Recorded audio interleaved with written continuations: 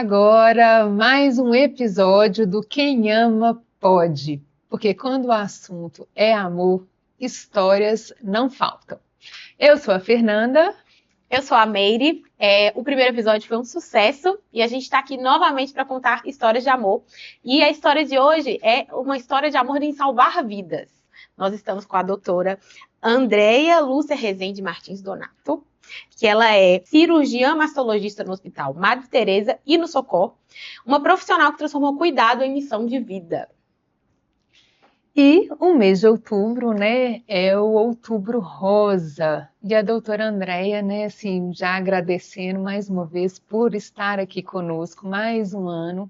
A gente está aí nessa parceria desde 2019, mais ou menos, né? Todo ano vindo aqui na empresa. Inclusive, tem uma colaboradora nossa que alguma frase que a doutora Andréia trouxe despertou nela assim algo que estava deixando passar, e aí ela foi fazer os exames, né, e foi detectado um câncer. A doutora Andréia, inclusive, é quem acompanha essa nossa colega aqui. Então, assim, é muito importante nessa oportunidade de ter uma profissional super capacitada, super querida aqui conosco, para poder falar sobre essa prevenção, né? Esse cuidado que não só mulheres, né? Homens também precisam de ter em relação ao câncer de mama. Então, outubro aí entrando, né, como um mês importante para a gente ficar atento a esse cuidado, à prevenção.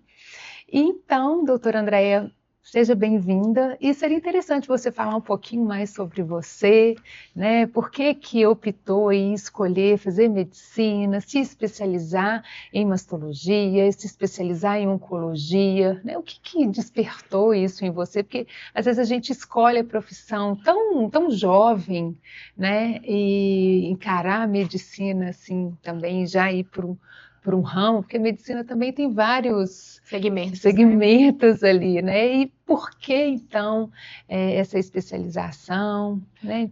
Estou adorando o formato dessa reunião, né? Aliás, eu queria primeiro agradecer a parceria com a Promo, né? Igual a Fernanda colocou, já vem de alguns anos, e eu sempre sou recebida com muito carinho, e dessa vez essa é uma novidade para mim, essa reunião nesse formato. E a marca ficou fantástica, Quem Ama Pode, e antes de nós começarmos, a Fernanda brincou, né? Quem ama tá podendo, e pode mesmo. Que bom que a gente some mais pessoas amando, né? E é interessante essa pergunta, porque essa pergunta normalmente ela não vem para mim no Outubro Rosa. É uma oportunidade de falar por que eu gosto da minha profissão, por que eu amo cuidar, e por que hoje, quase com 60 anos de idade, né? Para completar agora, tendo aí mais de 30 anos de profissão, a gente continua com o mesmo gosto para a realização dessa atividade do cuidar, né? Eu sempre quis ser médica. Eu brincava que na minha casa eu tinha um estetoscópio e brincava com as bonequinhas, fingindo que eu ia cuidar delas, né?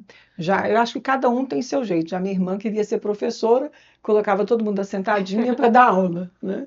E eu era a que cuidava então. Meu irmão até abria as bonecas e eu tinha que cuidar depois. Mas quando eu fui para a faculdade, eu entrei na faculdade de medicina muito jovem, né? A gente entra perto de 17 para 18 anos, e eu ainda não sabia que eu ia querer trabalhar com mastologia. Quando eu concluí meu curso na Universidade Federal de Minas Gerais, eu fui fazer a residência de cirurgia geral, e a residência de cirurgia geral, ela tem um estágio, né, que também passa pela mastologia. E quando eu estava nesse estágio, eu decidi. Eu olhei para aquilo e falei, nossa, acho que essa é uma área que eu gosto. É uma área que eu tenho afinidade. Eu estava tratando de mulheres, eu me sentia assim, eu consentia com o sentimento daquelas mulheres ao perder a mama, e naquela época a doença, ela tomava drasticamente o corpo da mulher, ela mutilava. Nós não retirávamos somente a mama, a gente retirava até um músculo que vem aqui para a axila, então causava uma depressão muito grande. E eu penso que eu consentia com aquilo. E foi interessante porque durante esse período da residência de cirurgia geral, eu também posso dizer, vou contar um casinho aqui, pode? Claro, à vontade. Porque eu aprendi a cuidar com um aspecto mais humano. Eu tenho a oportunidade de falar sobre isso numa cátedra que eu estou agora colaborando nas universidades federais, em algumas outras privadas, que é uma cátedra de a humanização na área da saúde conforme a logosofia, né? E eu tenho a oportunidade de falar sobre esse aspecto. Quando você sai da medicina, você sai com conteúdo, mas você não tem na prática sobre o humanismo. Como que você pode humanizar a sua atividade? E eu recordo que durante a residência em cirurgia geral, eu fui escolhida, ao invés de ir para o estágio logo da cirurgia, para o estágio do CTI, que a gente tem que passar por um período no centro de tratamento intensivo. E esse hospital que eu fui, ele teve uma reforma no CTI. Ficamos só com 2 leitos. Imagina, quem queria pegar num bisturi, ir para um CTI e ainda ficar com 2 leitos. Eu estava me sentindo completamente desestimulada. Então eu aproveitava para fazer o que o meu preceptor queria, que era fazer a rotina dos leitos, que a gente fala, a corrida dos leitos do CTI, ficar ali acompanhando, mas o tempo era longo para só 2 leitos. E eu aproveitava para estudar sobre uma prova que eu teria que fazer depois, que era o trauma. Até que um dia entrou nesse CTI uma garotinha de 9 anos de idade. Nós conversávamos antes sobre o câncer em pessoas jovens. Entrou no CTI uma garotinha de 9 anos de idade. Ela estava com um câncer no cérebro e ela não tinha mais condições de um tratamento definitivo, tratamento de cura. Era só tratamento que a gente fala paliativo. Ela fazia então radioterapia, só que ela tinha muitas convulsões e para conter esse estado ela estava no CTI. Mas envolvida naquele pensamento que eu tinha naquela época que eu coloquei aqui, eu olhava essa paciente e pronto. Até que um dia, não sei por que, me chamou a atenção, nada é por acaso, mas me chamou a atenção que os familiares dela saíram e que ela estava conversando muito com eles e que de repente ela calou. Aí eu fui até o leito dela e perguntei: fulana, você sempre conversa tanto quando seus familiares estão aqui, por que depois você fica caladinha? Aí ela me falou: mas ninguém conversa comigo. Isso foi um choque assim para mim. Eu estava ali no cuidar, mas eu não estava cuidando. Ninguém conversa comigo. E era uma menina de 9 anos, afastada da família, né? Eu até me emociono ainda hoje, porque foi isso mesmo. 9 anos. E aí eu perguntei para ela, começando a conversar: o que você gosta de fazer? E ela me falou: eu gosto de ler. E eu perguntei: por que você não está lendo? Olha a incipiência do saber, né? Como é que quando você não sabe tudo e não tem a vontade de aprofundar, o que não era uma característica daquela jovem que tinha acabado de sair, né, da faculdade. Ela me falou: eu não enxergo mais. Eu não tinha percebido, eu estava olhando aquela menininha e eu não tinha percebido que a doença dela já tinha deixado ela cega, né? Quer dizer, praticamente cega, porque não conseguia, não dava para fazer uma leitura mais. E eu saí tão deprimida aquele dia do CTI que eu me propus: eu vou para casa e vou procurar fazer algo por aquela garota, né? Então eu peguei alguns livros que meus pais liam muito para a gente e fui para o CTI começando. Eu cuidava dela, da parte científica, da parte técnica, né, da medicina, e depois eu começava a ler para ela. Com o tempo eu não sabia mais se aquele ato era bom para mim ou para ela, para quem estava sendo melhor, né? E interessante porque ela me deu a oportunidade de eu pegar no bisturi antes dos 3 meses, porque ela teve que fazer uma dissecção venosa, ela já não tinha mais nenhum acesso de veia para infiltração de medicamentos e outras coisas. E ela tinha que fazer uma dissecção. Aí ela disse assim: eu só faço se a Andréia fizer. Eles tiveram que me ensinar para eu fazer, né? Aquela garotinha nunca mais voltou para casa, né? Mas eu e os pais delas construímos uma relação muito diferente. Os pais até hoje me ligam para saber assim, que médico que eu posso indicar em tal área. Eles começaram a me mandar o convite da filha que formou, depois a outra filha, né, que casou-se, depois a chegada do neto, bordaram uma toalha para mim com o meu nome. Então isso me mostrou que a gente precisava humanizar a medicina. Sim. E é algo que eu tenho trazido então para esse ato de cuidar da mastologia. E é interessante que essa parte da humanização, ela deveria ser a regra e não a exceção, né? Sim. E aí a gente percebe que quando vem uma pessoa antes do profissional, com esse olhar, com essa maturidade, como que isso realmente faz diferença. E a gente sabe, quer dizer, você que vai falar isso aqui pra gente, né? Se é verdade ou não. Que essa questão emocional influencia muito, inclusive, na recuperação de uma pessoa que está com câncer, né? Isso faz sentido, não faz? Eu penso que faz todo sentido. Só que eu penso que é o seguinte, o emocional ele tem que estar ligado ao técnico, científico. Normalmente as faculdades se ocupam disso, da parte técnica e da científica, mas é o que você falou, não estão se ocupando da parte humanística. Mas hoje já começaram, algumas já estão percebendo que o paciente requer esse cuidado. E o que eu vejo é que o seguinte, a gente não pode ser só um querido também, eu não posso só ter um lado humano, sem o científico, não funciona. São as duas coisas que têm que caminhar juntas. Eu não posso chegar aqui hoje e falar, oi querida, tudo bem, mas não saber cuidar de você. Sim. Então tem que ter os dois. Agora, por que eu acho que o emocional funciona? Nenhum trabalho hoje foi capaz ainda de comprovar que o emocional funcione para o câncer de mama. Mas a gente já tem alguns trabalhos, principalmente estudos voltados para a área da psiquiatria, da psicologia, da neurociência, com ressonância magnética, que mostram que determinadas reações que você provoca no ser humano, na parte emotiva, elas alcançam algumas áreas cerebrais que a ressonância é capaz de detectar. Então, o emocional, ele deve ter sim. Mas, para mim, ele tem algo ligado talvez à imunidade. A imunidade, ele deve ser uma força para a imunidade. Veja bem, eu não posso comprovar. Eu penso que é uma força para a imunidade. Não é incomum situações assim, eu não sei se vocês já passaram por isso, né? Se os nossos ouvintes também, mas de algumas pessoas estarem ali à beira do leito da morte, né? Mas com uma resistência. De repente chega um ser muito querido que eles estavam aguardando. Esse ser faz uma visita ou vem para vê-los, ou esse ser fala, chega, né, e fala, pode ir tranquilo. E aquele ser faz a passagem física da vida dele. Sim. Talvez vocês já tenham escutado falar sobre isso, né? Então eu penso que o emocional, ele realmente pode auxiliar e contribuir no tratamento. Se não for ainda comprovado, pelo menos a gente percebe que a pessoa é mais acolhida e ela sente que ela tem outros lutando junto com ela naquela doença, né? E isso é uma questão muito importante, né? Esse acolhimento também por parte da família, né? Essa rede de apoio. Eu acho que isso também é como se fosse um calorzinho ali para a pessoa que está vivenciando, né? Agora, uma outra coisa assim, que eu gostaria de saber, que a gente já falou aqui dessa questão emocional, a questão etária também, né? Não necessariamente um grupo acima de 50 anos, a partir de 30, isso não tem muito definido, né? É importante que a mulher, e os homens também, né? Possam já ter esse hábito de fazer o autoexame, independente de idade. Ou não, é melhor fazer a partir de tal idade? O que a gente tem, né? Na realidade, o câncer, ele é uma doença, na grande maioria dos cânceres, a gente tem cânceres que acometem pessoas mais jovens, mas o câncer normalmente é uma doença da pessoa que vai ficando mais madura. Tanto que com o aumento da longevidade, essa perspectiva de que o ser humano está vivendo mais, quantos de nós aqui conhecemos alguém que hoje já passou da casa dos 100 anos ou pelo menos dos 95? Nós podemos dizer que todo mundo aqui conhece. Então, com o aumento da longevidade, é claro que o número de casos de câncer, não só de mama, vai aumentar também.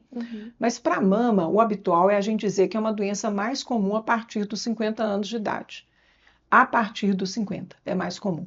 Entretanto, o Brasil tem uma característica, e que a gente tem visto isso também em alguns outros países, do câncer comprometer pessoas mais jovens. Então, não é incomum a gente encontrar alguma pessoa com câncer antes dos 50 ou dos 40. Hoje, inclusive, a faixa etária perto dos 40 tem um grande aumento do número de casos de câncer de mama. Mas agora, para vocês terem ideia, o câncer de mama mais jovem que eu tinha até há pouco tempo era um paciente de 19 anos de idade, homem bilateral. Há cerca de 3 anos, eu tive a minha primeira paciente com câncer de mama aos 18 anos de idade. Meu Deus. Só que aos 18 ela já fez o diagnóstico comigo. E grávida. Então, provavelmente, esse câncer dela começou algum tempo antes. Então, hoje a gente recomenda que a mulher, a partir do momento que ela tem mama, ela deveria aprender a se cuidar. Tocar a mama, verificar se tem algum nódulo, algum caroço. Essa paciente de 18 anos, ela descobriu por uma insistência, porque ela foi a um médico que nem mesmo fez uma biópsia. Tudo bem que ele pudesse achar que não era um câncer, não indicar mamografia naquele momento, mas pelo menos uma biópsia diante daquela situação. E então, assim, aos 18 anos de idade ou mais, a gente já deve comparecer a um consultório médico regularmente. regularmente, seja o da ginecologista, se a ginecologista tiver alguma dúvida, porque nem tudo que aparece na mama é câncer, então ela encaminha para um mastologista, né? Quanto ao exame, o exame de mamografia ele é recomendado hoje ser iniciado aos 40 anos de idade. Nós tínhamos um problema e temos ainda, mas felizmente saiu algo novo aí para a gente em setembro, apontando uma mudança na rede pública. Isso deve acontecer, tá? Mas já saiu a nota, porque na rede pública o exame era feito a partir dos 50 anos de idade, a cada 2 anos, e quando se chegava aos 74 anos de idade, né, perto de 75, você interrompia a realização de mamografias. Agora, 2 anos, a cada 2 anos, não pega esse grupo para a gente detectar o câncer em idade mais jovem. Então, agora saiu uma outra resolução que vai permitir que a gente tenha um acompanhamento conforme é recomendado pela Sociedade Internacional de Mastologia da mamografia anual a partir dos 40 anos. Que ótimo, que Ótima conquista! notícia. A gente vê, né, no caso aí, o SUS ajudando quem não tem condição de ter um plano ou fazer esse exame particular. Mas, além dessa questão da condição financeira, tem a questão assim, do medo. Recentemente saiu aí na mídia algumas mulheres famosas que foram diagnosticadas com câncer e elas declararam o medo da mamografia.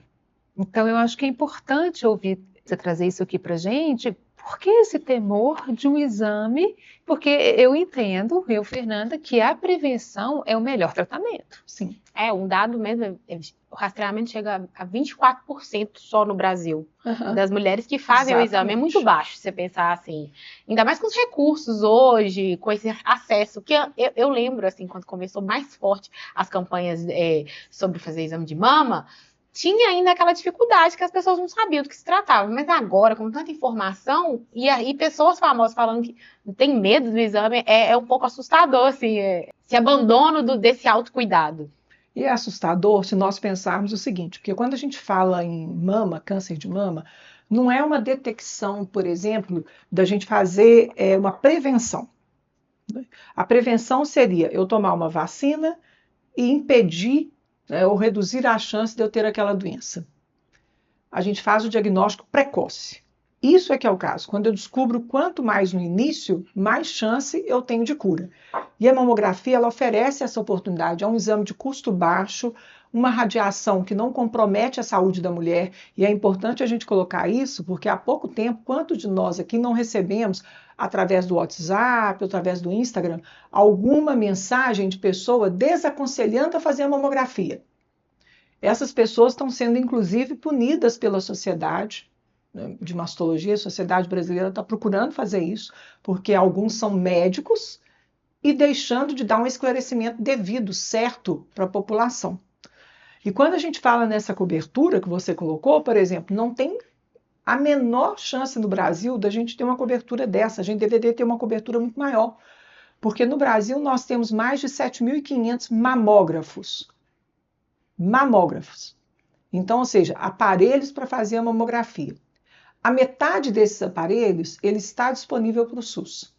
O nosso SUS tem uma cobertura muito boa. Em termos do câncer de mama, nós poderíamos dizer que é uma patologia muito bem tratada pelo SUS. Inclusive, até com as medicações da quimioterapia de ponta, a paciente consegue no Serviço Único de Saúde. Então, nós temos muitos mamógrafos disponíveis. É claro que a gente tem mais mamógrafos na região sudeste, mais mamógrafos, uma concentração maior na sul, né? Mas mesmo assim na região norte e nordeste, uma grande gama de aparelhos, porque a gente poderia aumentar a execução desse exame. Mas tem que, primeiro, tirar essa desinformação que estão fazendo, de falar que a gente não deveria fazer uma mamografia. Segundo, que dói. Não sei se vocês já passaram por uma Essa é o que eu mais mamografia escuto, aqui. inclusive. Eu nunca passei, Você mas é não a que eu está mais muito escuto. jovem, né? Mas eu Não, escuto. eu vou e eu faço o cuidado que eu tenho, porque eu tenho uma mama mais sensível no período pré-menstrual. Então, nessa fase, eu realmente evito de fazer uma E mamografia. é desaconselhado fazer Ai, nessa etapa, inclusive a ressonância. olha, Então, interessante, Então, né? ou seja, a melhor época, é claro que precisando fazer de urgência deve, mas senão a gente desaconselha até pelas características da mama, do edema que tem nessa etapa, Sim. isso tudo. Mas é um exame completamente aceitável do ponto de vista de dor. Sim, Não é? tranquilo Algo que dá para demais. passar rapidinho. Se você pensar que você vai fazer de ano em ano, ou então você vai executar com um período mais curto, se você tiver uma doença que ainda você não tem um diagnóstico fechado dela, que tem a maior probabilidade de ser benigna, mas que você não tem certeza, aí você pode pedir um exame talvez com 4 ou com 6 meses, mas não é um exame que se realiza todo dia, então ele é bem tolerável. Sim. Então é essa informação que nós estamos passando aqui E é rápido, hoje, né? nós estamos passando aqui hoje, tendo a oportunidade de falar, é que vai levar ao aumento desse índice de rastreamento na população brasileira, que chega a menos da metade, que é vergonhoso para um país que tem um SUS, né, que é um serviço gratuito. Exatamente. E as pessoas que trabalham com isso, elas são capacitadas a receber as mulheres, né, e fazer com cuidado. Não é simplesmente coloca a mama e aperta e tira como se fosse uma misteira ali, né? Então, assim, tem todo um cuidado, tem toda uma preparação, até psicológica mesmo, né, dessas profissionais que realizam esse exame. Então, quando a gente vê, eu não vou porque eu tenho medo, fui diagnosticada, é realmente assim doído, né? Para a gente ter acesso a isso. Acho que outro ponto legal também, que foi que a gente bateu o papo antes para montar esse roteiro hoje, é sobre essa coisa do medo, não só da dor e de fazer o exame, mas que elas têm de receberem o diagnóstico. Que acho que é uma coisa muito da mulher. Tal como o câncer de próstata às vezes mexe com a masculinidade do homem, eu sinto que o câncer de mama, elas têm esse receio. Eu vou precisar fazer a cirurgia, retirar a mama. Eu vou ter a quimioterapia, os cabelos vão cair. Você que trabalha diretamente com pacientes, que esse medo também de receber a resposta de que precisa de um tratamento, é também um impeditivo para que mais pessoas busquem o tratamento? Eu penso que sim, né? Só que eu sempre brinco, assim, que a gente costuma dizer assim, quem procura, acha, não é isso? Esse é um jargão popular. Disso, né? Quem procura, acha. E eu costumo dizer assim, quem não procura, não acha a cura.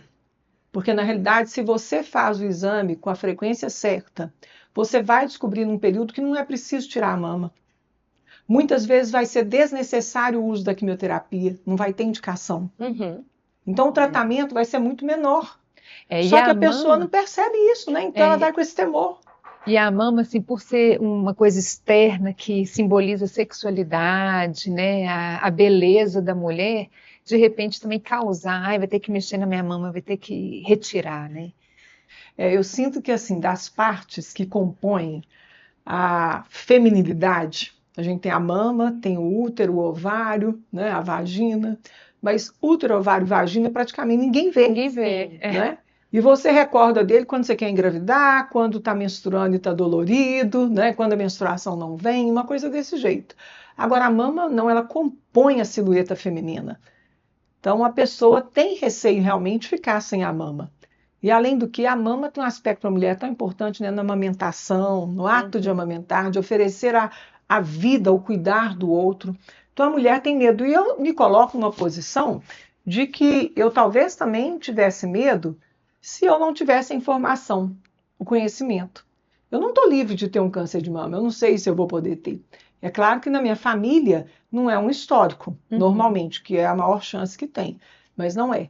Mas mesmo assim, eu me coloco na posição daquela pessoa. Receber esse diagnóstico não é fácil.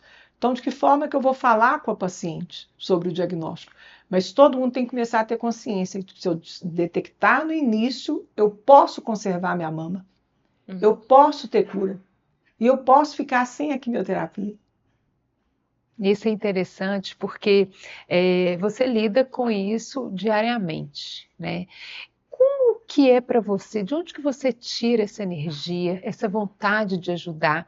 Porque o verbo, né, assim, de passar essa notícia, olha, você tem câncer, não é uma fala fácil. Mas, ao mesmo tempo, ela não pode tornar para você algo comum, porque não é uma coisa comum também para quem está recebendo, né? De onde que você tira essa força, essa leveza, essa humanidade, né, para poder levar isso da melhor maneira, assim, com esse carinho que você tem também com os pacientes, de uma forma geral? Eu penso que primeiro a gente tem que gostar muito do outro, né? Gostar muito do ser humano. Quando a gente gosta do outro, você aprende a cuidar melhor. Mas o outro também é se colocar no lugar dele. Quando eu me coloco no lugar daquela pessoa que está recebendo, E aí eu penso, essa pessoa é uma pessoa mais firme, essa pessoa é uma pessoa mais frágil, essa é mais forte, e eu vou me colocando no lugar dela. Você tem alguma maneira de passar para ela que dê uma sustentação, que a faça sentir acolhida. Não estou dizendo que a gente acerta sempre, não, né? Já tive uma vez que até a negativa que existe da paciente para o câncer de mama, ou para as doenças que ela não quer enfrentar naquela hora, que eu tive uma paciente que falou assim comigo, olha, até agora eu estava gostando de você, agora eu não estou gostando mais, entendeu? Né? Existe.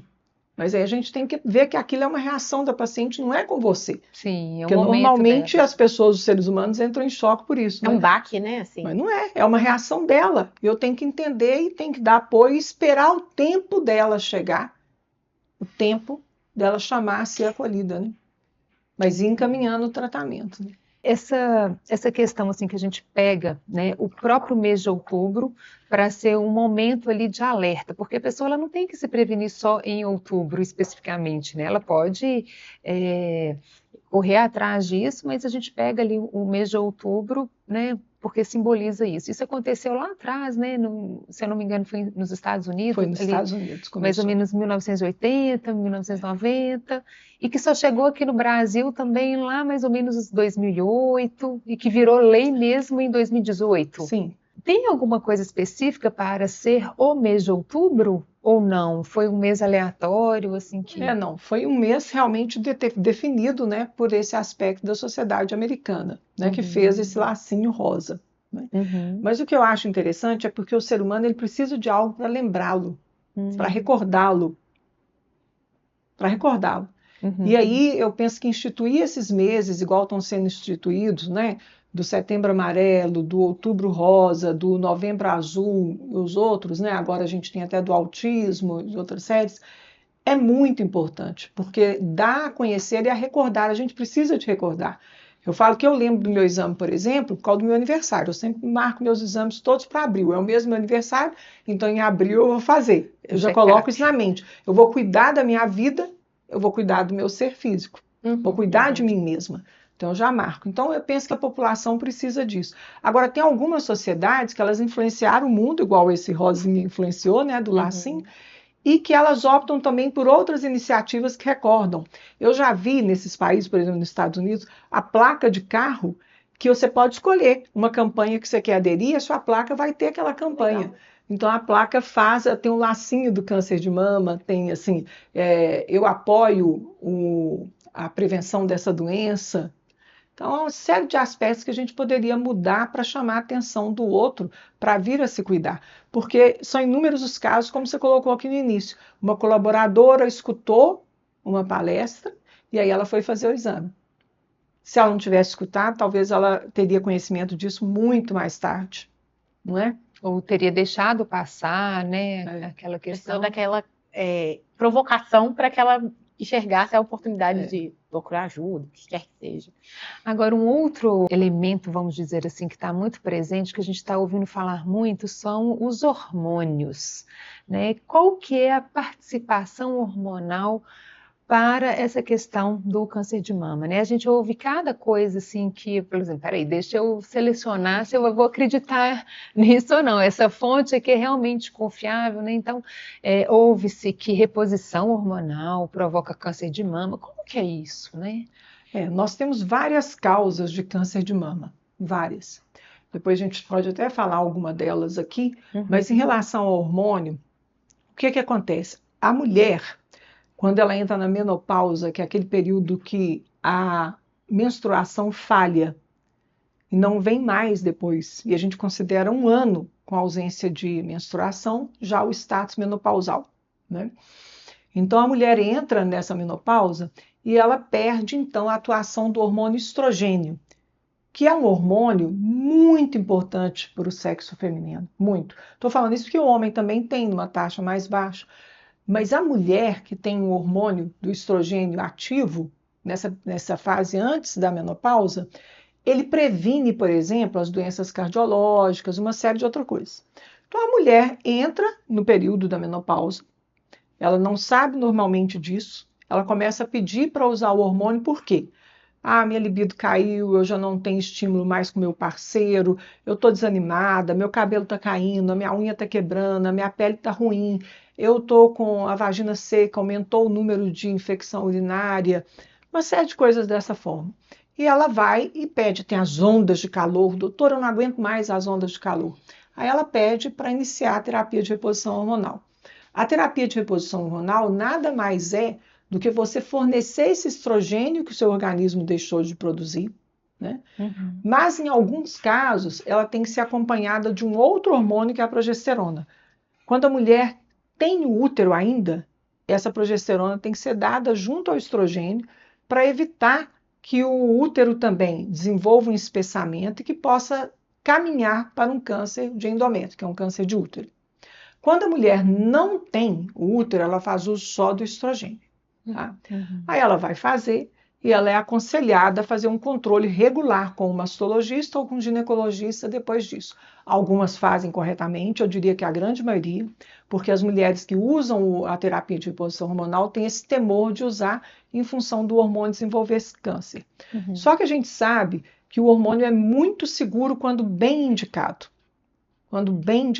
E ele protege esses outros lados, que até vai ser interessante, eu já vou fazer um convite aqui, para que, né, todos os nossos espectadores, os ouvintes da Promos, que acompanham e são parceiros do Quem Ama Pode, possam ir no dia 23 de outubro, lá no Museu Gerdau, a Promo também está nos ajudando, possam ir lá no Museu Gerdau, ouvir uma mesa multidisciplinar. Nós vamos ter presente ginecologista, mastologista, radiologista, radioterapeuta, oncologista, um cardiologista para discutir os problemas da mulher que não usa o câncer, não usa a terapia de reposição hormonal no meio do câncer. Né? Uhum. Mas aí então a mulher está lá usando seu hormônio e um belo dia ela desenvolve um câncer. Aí ela fala, nossa doutora, eu desenvolvi por isso.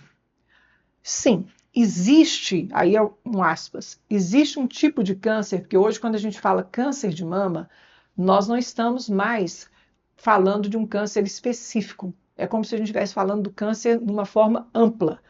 O câncer de mama hoje ele é estudado quase que individual, paciente por paciente. Então a gente descobre como se fosse, vamos dizer assim, o sobrenome, os nomes do meio do câncer. Já não é mais só câncer de mama. Então você tem, numa linguagem mais fácil, né, para compreensão, você tem o câncer de mama que ele é hormônio dependente. Então quando você faz o estudo nas células do câncer daquela mulher, ele tem receptores do estrogênio e também da progesterona, que são os hormônios mais usados, presentes nas células daquele câncer. Então, é de se pensar que aquela paciente, ela pode ter alimentado mais, estimulado aquelas células que eram dependentes desse hormônio a progredir e evoluir. Elas iriam progredir talvez, só que progredir um pouco mais cedo. Então, esse câncer, que é hormônio dependente, ele pode ser causado por essa terapia de reposição hormonal. Entendi. Mas a gente tem outros tipos de câncer que não. Tem câncer que não dependem do hormônio. Por isso que é importante salientar que a paciente tem que fazer uma consulta para verificar se ela tem a indicação de fazer a reposição hormonal, se é seguro para ela, de quanto em quanto tempo ela faz o controle, e se também ela não o fizer por temor, quais são os outros riscos, outras doenças que ela tem, que às vezes a chance de câncer, de óbito, de morte pela doença é até maior do que a de câncer de mama. Como a gente tem, por exemplo, o infarto, as doenças cardiovasculares. Elas matam mais do que o câncer de mama. E se a mulher era uma candidata a usar a terapia de reposição hormonal e ela não usou, ela pode ter um aumento daquela doença. E aí ela não usa por temor. Olha como é que as coisas são grandes. É muito grande ao mesmo tempo. Que fala, né? Tive outro pensamento. Hoje a gente está tendo também um movimento muito grande de mulheres usando hormônio para estética, para ganhar massa magra, o que quer que seja. Isso teria um impacto, assim, a longo prazo, porque elas estão tomando hormônio muito novas, né? A gente vê, na casa dos 20 e poucos, 30 e poucos, buscando essas... Elas dizem que é uma reposição hormonal, mas eu já vi alguns médicos dizendo que não é bem assim.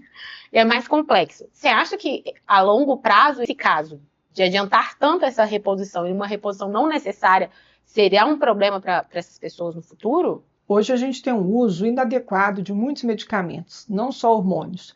E, em geral, quando a gente está falando desses hormônios aí, tem um cuidado também de uma linha que hoje chama medicina integrativa, tá? É uma linha que ela faz um número grande de uso de medicamentos, principalmente vitaminas, e alguns hormônios que ainda nem foram estudados para o aumento ou não do risco de câncer ou de outras doenças. E essas mulheres usam sem necessidade. Sim. Às vezes até mesmo hormônios tireoidianos. Então, é importante a gente saber que essa febre que a gente está tendo dessa complementação, nem todo mundo precisa dessa suplementação e dessa complementação. Foi muito bom você colocar isso. Geralmente a gente vê testosterona, né? Mulheres comprimindo gestinona, gestinona, é verdade. Outro ponto também que enquanto a gente estava conversando eu pensei. A gente está tendo também um movimento muito grande de mulheres com problemas em próteses de silicone, que estão tendo. Isso tem impacto em desenvolvimento com alguma coisa da questão do corpo poder criar uma forma de se proteger ali ou algo do tipo? Ou essa mulher tem uma predisposição maior de, por exemplo, ter um câncer de mama? Há pouco tempo foram retirados do mercado alguns implantes mamários, ou seja, chamadas próteses de silicone, que houve alguns estudos, principalmente conduzido, o maior foi por um estudo europeu no início, de que essas próteses causavam um linfoma anaplásico. Realmente assim existe, já são comprovados que é um linfoma da mama, mas são casos raros, raríssimos, e essas próteses, houve uma pesquisa, um recall, vamos dizer assim, essas próteses foram substituídas, retiradas do mercado. As próteses que a gente tem no mercado hoje são próteses muito seguras e que, inclusive, elas têm uma utilização. Quando a paciente perde a mama, elas servem de reconstrução para a mama, a prótese de silicone. Então, a prótese ela não é contraindicada. O que havia no passado era uma dificuldade maior de diagnóstico do câncer com as próteses. As nossas mamografias não eram tão avançadas quanto agora, os aparelhos de ultrassom também, os profissionais muitas vezes não eram tão dedicados para o exame de mama como hoje. Então hoje é mais fácil você ter uma prótese, um implante, e conseguir fazer um diagnóstico do que antes. Mas antes era mais difícil, era o diagnóstico. O linfoma anaplásico, ele é raro, e aí tem essa questão das próteses que foram recolhidas. E aí, falando de prótese, né, teve o caso lá da Angelina Jolie, que optou por retirar para ter uma questão ali voltada à prevenção. A gente podia comentar um pouquinho sobre esse caso? Hoje, o fator de risco maior conhecido para o câncer de mama é o fator genético. Então, quando você tem um histórico familiar importante de câncer, e aí é importante dizer que não é só o câncer de mama. O gene é algo que a gente carrega nas nossas células. E alguns desses genes, além deles terem uma mutação que favoreça o câncer de mama, muitas vezes eles favorecem outros cânceres juntos também. Então, não é incomum o câncer de tireoide, o câncer de ovário, o câncer de próstata, né, o câncer melanoma, estarem em mesmas mutações que causam câncer de mama. Então, a gente tem que ver o histórico familiar dessa paciente, fazer o que a gente construiu uma árvore genealógica. Então, você vai perguntando para ela pelos parentes, pai, mãe, tio, irmã, prima, avó, e vai construindo uma árvore para ver se ela tem uma possibilidade de ter o risco genético. Se ela houver, ela é candidata a fazer o exame nas seguintes situações. Quando tem um dos indivíduos da família dela que teve o câncer, que está vivo ainda, o ideal seria fazer o exame nessa pessoa, que a gente fala pessoa afetada. Para quê? Para ver se ela tem a mutação que pode desenvolver o câncer. Porque se ela não tiver, aquele câncer foi causado por outros motivos, outras razões.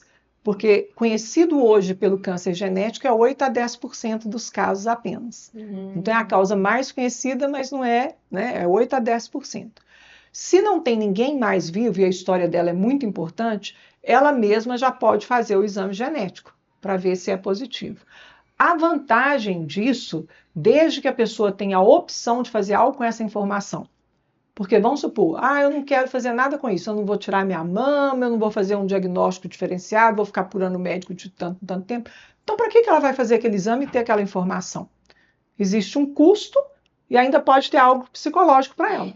Agora, se não, eu vou fazer o exame, sou candidata, por exemplo, a substituir minhas mamas como fez a Angelina Jolie. Angelina Jolie e muitas outras pacientes nossas hoje fazem isso. Então, eu tenho um risco aumentado, eu vou retirar a minha mama e vou substituir por uma prótese. E quando a gente fala em retirar, parece simples. Hoje tem gente que chega no consultório e fala assim, eu quero retirar minhas mamas, elas doem muito, quero evitar ter câncer. Não é uma cirurgia tão simples. É uma cirurgia que pode ter complicações. Pode. Então, a gente tem que ver também se tem indicação. Tendo indicação, é uma cirurgia muito boa para se fazer, que vale a pena correr os riscos que ela tem, que você vai retirar a mama por baixo da pele. Então, você vai permanecer com a sua pele, permanecer com o mamilo e com a areola, e vai substituir o tecido mamário por uma prótese. Tá? Então, é uma cirurgia que você mantém o aspecto estético de fora da sua mama, né, externo. Sobre essa questão, a gente já conversou aqui sobre fazer a mamografia, sobre prestar atenção às questões genéticas. As mulheres mais jovens, né? Homens também, porque também tem homens, mas é mais focado em mulheres. Além do autoexame, o que a gente precisa já ir se atentando ao longo do tempo, para quando chegar lá e precisar fazer a mamografia, a gente também ter consciência do próprio corpo, como você disse, já teve um paciente de 18 anos, né? Então, eu acho que é importante a gente estar antes, pensar, e se, por exemplo, tem um caso familiar, deveria adiantar esse exame ou não? Sim. Primeiro, então, vamos começar de trás para frente pela sua pergunta, né? Se eu tenho um familiar com câncer de mama e que ele tem uma possibilidade genética maior, é o quê? São pessoas que tiveram a doença muito jovem, então abaixo dos 45 anos de idade em geral, né? Às vezes tiveram câncer bilateral, componente genético é maior. Então eu devo procurar um médico para ser examinado, fazer a chamada anamnese médica, que é aquela consulta médica, onde o médico vai levantar seus dados e depois ele vai verificar se você tem necessidade de adiantar o exame. O exame pode ser adiantado. Em geral, quando tem um câncer de mama muito jovem, a gente adianta o exame em torno de 10 anos, antes da idade que apareceu o primeiro caso. Porque um tumor, em média, é claro que a gente tem tumores mais agressivos, outros menos agressivos, mas eles levam em cerca de 8 a 10 anos para crescer 1 centímetro. Então, a gente indica que se comece antes, tá? Então, como pode ser adiantado também e feito a qualquer momento se você tiver uma suspeita, uma suspeição muito grande no exame físico. Então, daí que quem ainda não tem idade para fazer mamografia, ou mesmo o homem, que tem chance, 1% dos casos de câncer de mama cometem homens. E aí, em geral, são genéticos. Quando acontece um homem, vem aquele alerta, olha, faz um exame que pode ser genético. Então, nesse caso, você deve fazer o autoexame, identificou alguma alteração, deve ser feito, então, a mamografia, ou ultrassom, ou a ressonância, ou mesmo a biópsia. No caso do homem, tem como fazer mamografia também? Tem, né? tem. O homem que, em geral, tem o câncer, ele tem uma proeminência da mama. Então, ele consegue colocar o tecido mamário no aparelho de mamografia, sim. Como também a gente conhece alguns homens, né, que tem ginecomastia, que tem tecido mamário. Já viram? Sim. Alguns homens têm tecido mamário. Por ter tecido mamário, eles têm mais chances também. Que então, desenvolve até porque toma hormônio também. Muitos por causa de hormônio de academia. É verdade. Que é algo hoje, né? Para ganhar massa, eles tomam alguns anabolizantes que aumentam o tecido mamário também. E ainda tem um crime maior, porque hoje, nessas academias, muitas vezes, as pessoas que indicam esses anabolizantes, elas já indicam um medicamento que é usado no tratamento do câncer de mama, um medicamento oral, como se fosse assim, eu vou dar esse medicamento para você evitar de ter o aumento da sua mama. Nossa. E isso deve ser prescrito por um médico, porque tem efeitos colaterais. Então, foi bom você também recordar dessa parte. Que interessante. E assim, a gente já está meio que chegando já no nosso Passou rápido, fim, né? Passou rápido. Mas a gente está ouvindo muito aí sobre inteligência artificial, né? Ela tem aí a colaboração para alguma coisa relacionada à prevenção? Tem algum estudo? Fernanda, estou achando que você estudou medicina, né? Vocês aqui. A inteligência artificial, e olha que a gente não combinou as perguntas ainda. Não. Está bem livre esse podcast. Na realidade, a inteligência artificial, eu penso que algumas pessoas têm receio dela, têm medo, mas é uma ferramenta maravilhosa se a gente souber usar bem para favorecer o pensar do ser humano. Favorecer. Então, por exemplo, uma mamografia. Uma mamografia, ela é uma interpretação de um médico. É um olhar. É claro que você aprende sobre isso. aprende a olhar a estrutura da mama, o que tem ali, qual que são os fatores normais ou os anormais, mas a inteligência artificial, ela é capaz de sobrepor imagens e detectar um câncer muito menor do que, às vezes, um médico, um radiologista humano. Então, por exemplo, a inteligência artificial, ela pode auxiliar muito, sim, na interpretação desses exames, eu penso, no futuro. Está aí um uso, né? Tem muitos outros, mas esse é um dos usos que pode ter. Eu até mandei para a Fernanda um artigo que eles estão fazendo testes também numa faculdade de detectar células cancerígenas pela cera de ouvido, né? Ainda está em processo de estudo, mas acho fantástico, principalmente essa questão. Em São Paulo, no interior de São Paulo e de Goiânia, tem 2 faculdades fazendo esse estudo. Eu acho fantástico, principalmente por essa questão. O medo de fazer a mamografia ou algo do tipo.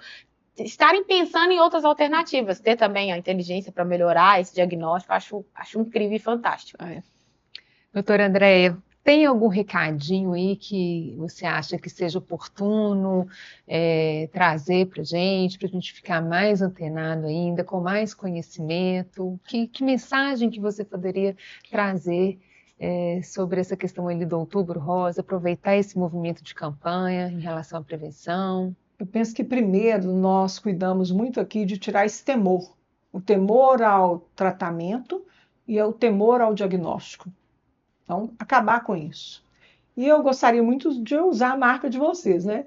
Quem ama pode cuidar de si mesmo e cuidar dos outros. Então, que esse podcast seja levado para outras pessoas, para que elas também possam se cuidar a partir dessa informação.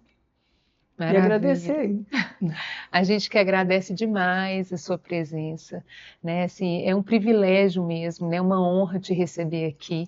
Uma pessoa tão capaz, tão estudiosa, né? Que já tem aí anos na profissão, mas que continua amando, né? E que vivencia aí, né? Experiências com várias pessoas. Eu tenho certeza assim, que aquela que é a sua paciente assim, é uma privilegiada, né? Por ter esse acompanhamento. Então, muito obrigada pela sua presença, né? Eu que agradeço a parceria, o convite de sempre, né? Sempre sou bem acolhida e eu tenho que agradecer aos pacientes pela confiança depositada em mim. E se você tem alguma história, né, de amor a alguma coisa, ou conhece alguém que tem uma história também, que dedica a vida, assim como a doutora Andréia, a deixar essa humanidade, esse mundo ainda melhor, mais leve, manda pra gente, quem sabe, né, a sua história não possa ser compartilhada, né? Então, manda pra gente, quem sabe essa pessoa aí não é a nossa próxima convidada. Não esquece de seguir a gente, né, nas redes sociais e curtir o episódio, dar like, mandar para seus amigos, principalmente uma temática tão importante. Se deixasse, a gente ia ficar aqui falando horas, tenho várias dúvidas. Eu tinha muito para falar. E é isso, né? Assim, quem ama pode, não faltam histórias maravilhosas, né? Muito obrigada, gente. Até mais, obrigada, doutora Andréia. Até mais. Obrigada.